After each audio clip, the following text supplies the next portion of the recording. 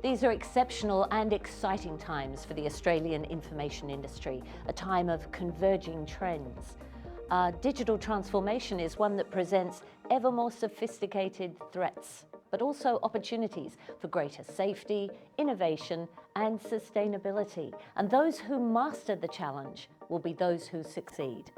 Welcome to Our Digital Future.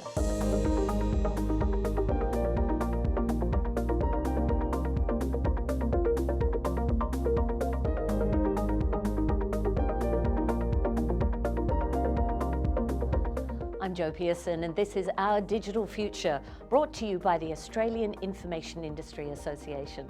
Over 4 episodes, we bring you reports on digital disruption, cybersecurity, agricultural technology and innovation.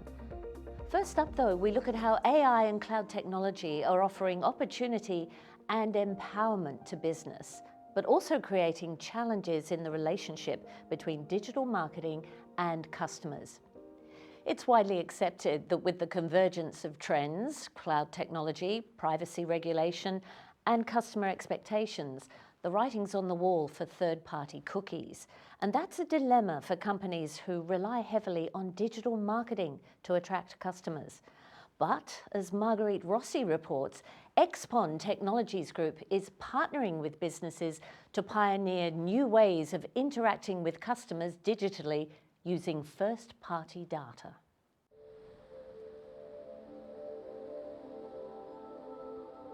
Digital marketing is at a crossroads.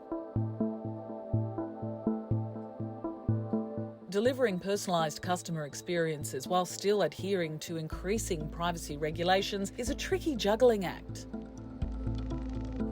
It's a double-edged sword. And what's making effective marketing even tougher is data siloing, according to Matt Foreman, founder and managing director of technology company Expon Technologies Group. Because all those systems are not connected, it requires lots of manual processes with different teams within an organisation to actually make sense of that data. So what you'll find is there's a lot of inefficiency with manual process. The result is a fragmented customer profile.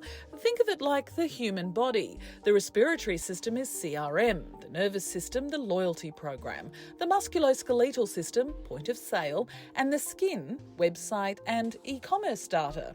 In isolation, they don't work, but drawn together become a powerful asset.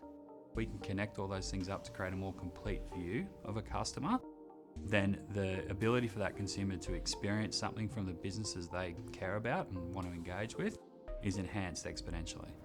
The pressure by regulators for greater data security has seen technology vendors like Google make it tougher to track consumer behaviour via third parties, leaving first-party data the way of the future. Now, typically, that's information that their customers give to them willingly for them to be able to then use that and build an asset out of that over time.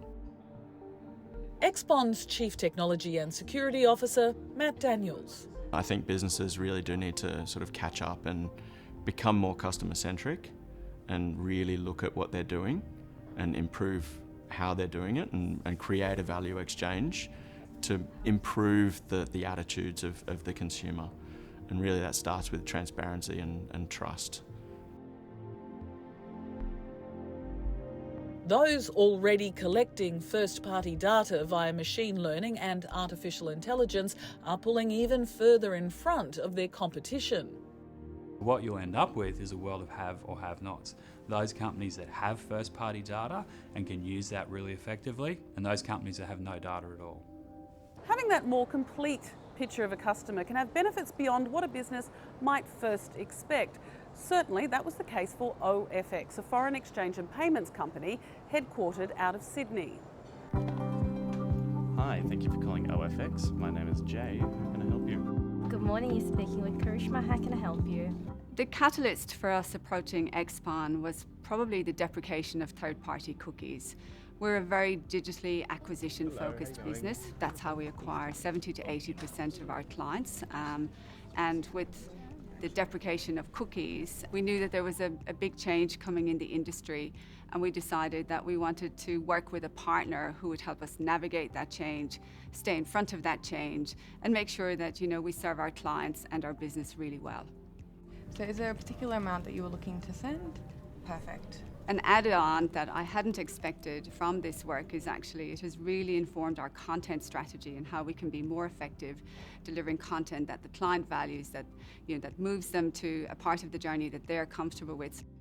OFX services small and medium businesses, e-commerce retailers and high-value consumers, so having a complete picture of their customer is critical to their business.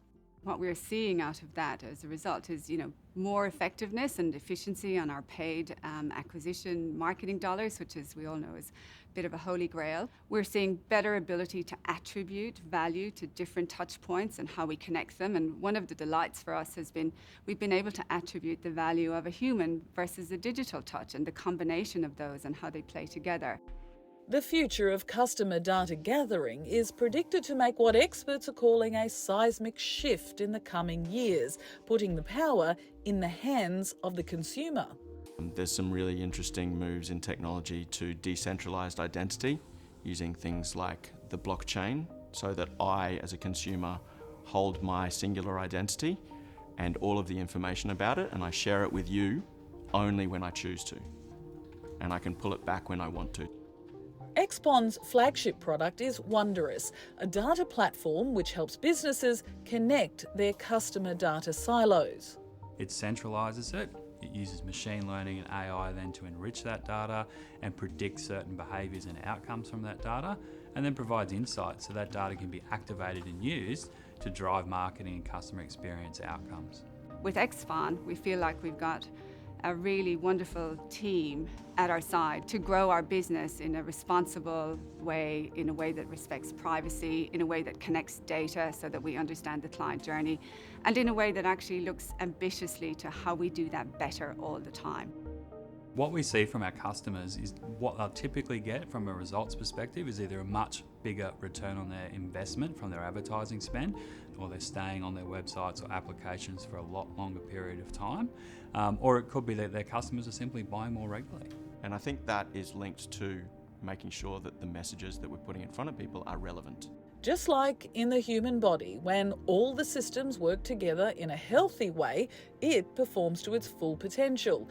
And it's exactly the same with digital marketing. When you join all those silos of data together, they're talking to each other, you've got the whole ecosystem working symbiotically to better, that's when business can really take off and realise its full potential.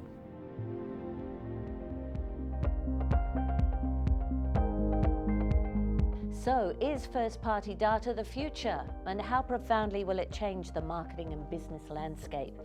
Here are some insights from industry leaders. At the end of the day, we need to ensure that the cookies and the use of data provides a better citizen experience. Citizens will accept and users will accept the use of their data if they get a better outcome from it and they get a better experience. And that's what you get from first-person cookies. I think you have to do the right thing. Clients expect it, we expect it as consumers ourselves, that we are exchanging some data in return for value.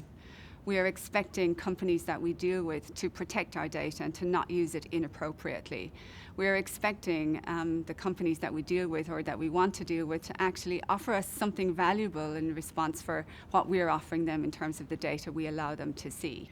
We like to talk about a data paradox. We actually, when you talk about privacy, when you talk about security, at the end of the day, we're living in a data-driven world, and it comes down to your ability to use that data. And we often, in our own research, we've seen that almost the same percentage of organisations know they need more data than they have now. And they say they're gathering that data faster than they can use it.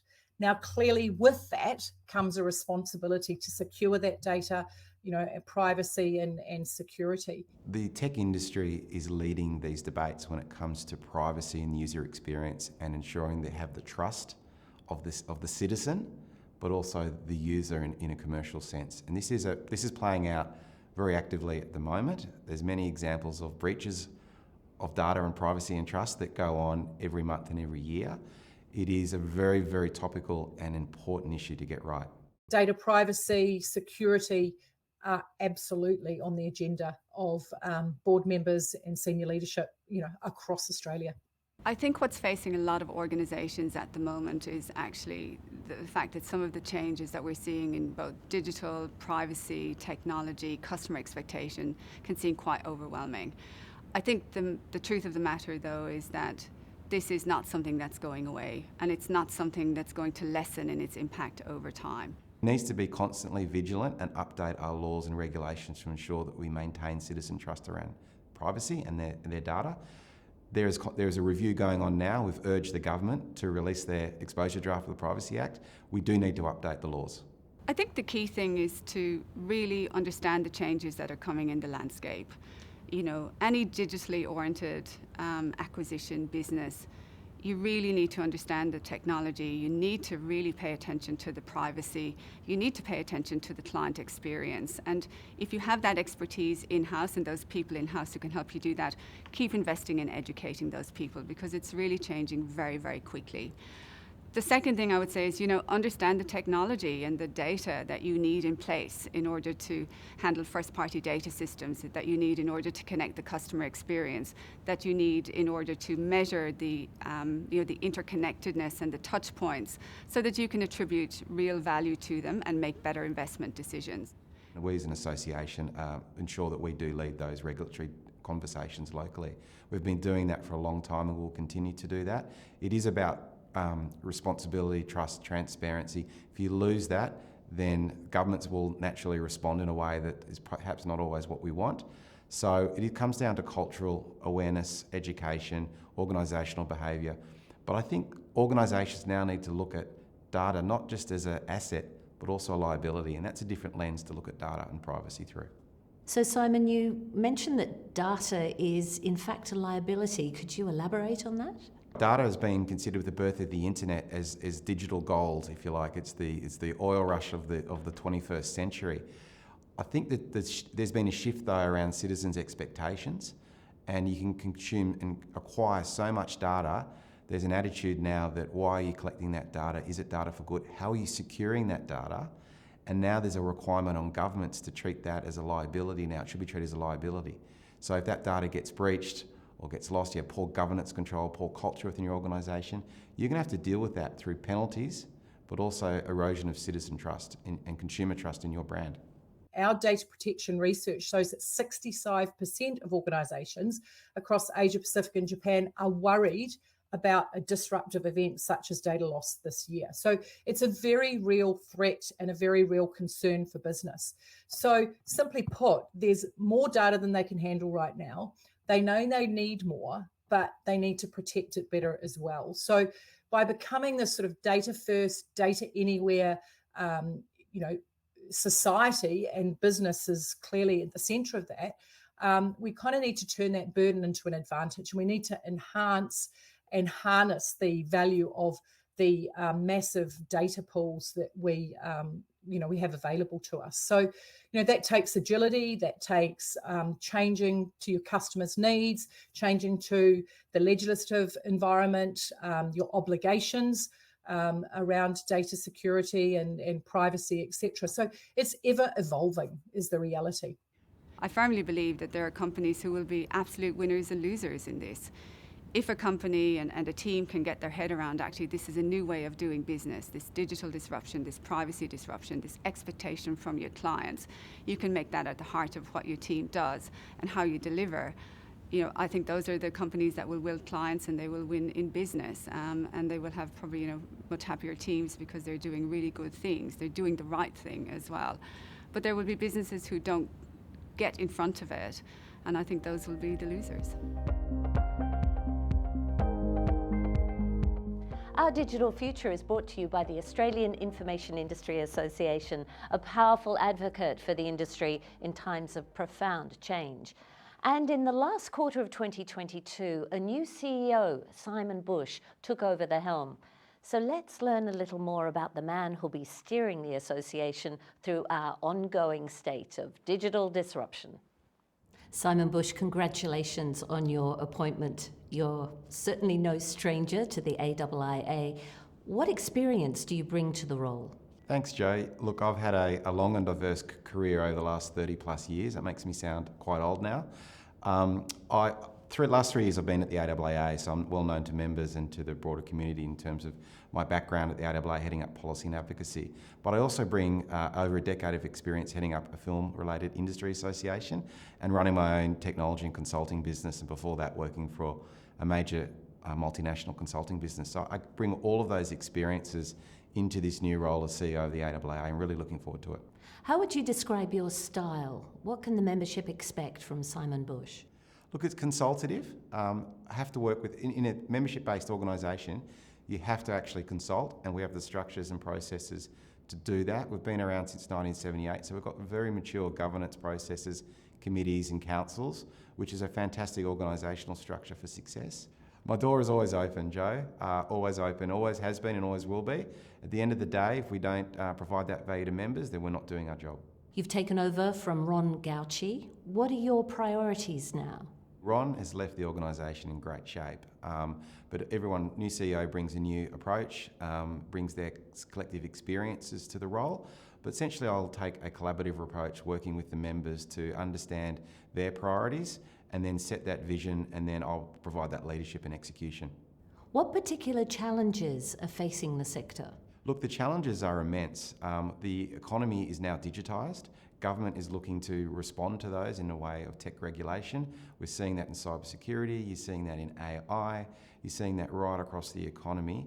And the AIIA's job is to lead those debates, provide that thought leadership, that regulatory approach that suits our members and ensures that we as a country, we lead and we don't follow.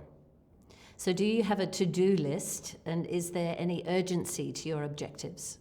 The Privacy Act review and some of those critical policy matters are here right now in Australia. The data security issues, critical infrastructure, systems of national significance legislations being implemented. We're seeing a plethora of governments looking at different policy levers, regulatory levers for the tech sector. So it is a very active space, and the AIIA has been leading these issues for many, many years. And there's huge challenges, but also huge opportunities for our sector. So we're doing this interview here in Canberra. Do you have the ear of government? Yes. We've been around a long time. We operate at a very strategic and senior level. We work with both sides of politics and government, which you have to do to be successful. We've shaped government policies and strategies in relation to AI, in relation to quantum, in relation to putting billions of dollars back into R&D funding. We've had some fantastic successes shaping critical industries, legislation around cybersecurity. The list goes on. We'll continue to need to shape and assist governments in helping them to understand the complexity that does exist as our economy becomes digitised. Thank you, Simon Bush. The information industry is synonymous with continuous change and innovation. In this report, we explore another inventive approach to turning challenge into opportunity. Adopting the latest technology is crucial when it comes to our maritime services. This crew is part of Svitzer's operations at Port Melbourne, one of 28 ports it services with around 100 vessels. Svitzer Australia has transitioned to cloud technology using business NBN Enterprise Ethernet. Good morning, clearance to proceed in channel 6. Christopher Gaffer is IT manager at Svitzer Australia.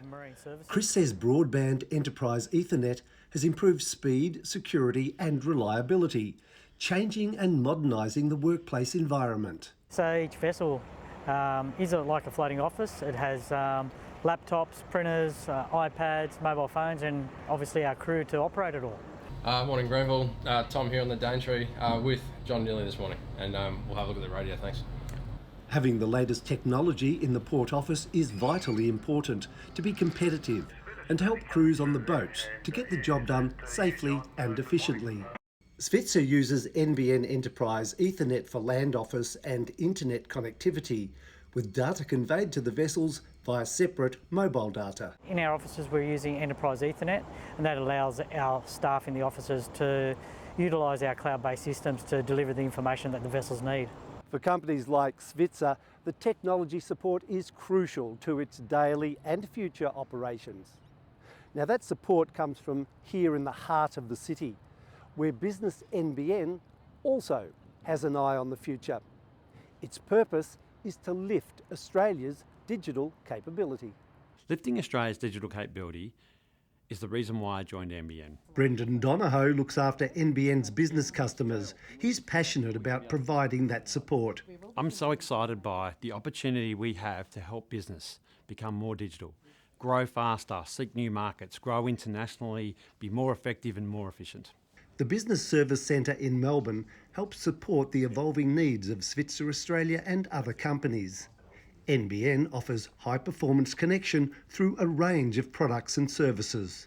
The Business Service Centre is our heartbeat for all of our business-grade solutions. And there's three key elements. Firstly, connection support. Secondly, proactive monitoring. And thirdly, when something goes wrong, the support we give around restoration. The role of Enterprise Ethernet is changing, increasingly becoming attractive to smaller businesses. It started as an enterprise solution, now it's very much a small business solution. 70% of our sales coming through are for small businesses. And if I pick one common trait across those small businesses, is it would be about their sophistication in using digital technology. For Chris and Svitzer, the leap to digital and the cloud technology, supported by Business NBN, gives confidence as they face the future. As NBN says, it's all about embracing bandwidth and fibre. My message to business is simple. Don't be constrained by the old world. Bandwidth and fibre is now much more available and it's much more affordable. Think about the possibilities of what that can mean to your business and start thinking about what you can do in the future with a lot more bandwidth. Svitzer is always on the lookout for new technologies and how we can take advantage of that. And Enterprise Ethernet has allowed that first change to take place, and obviously there'll be more in the future.